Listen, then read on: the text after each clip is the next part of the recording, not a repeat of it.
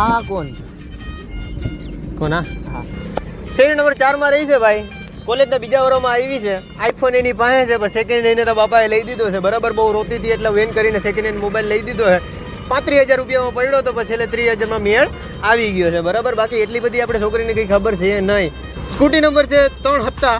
બરાબર, એની સિવાય બીજું આપણે કંઈ ખબર જ નથી. એની સિવાય કંઈ ખબર નથી. સ્કૂટીનો કલર છે પિંક કલરનો. એની સિવાય બીજું કંઈ ખબર છે નહીં.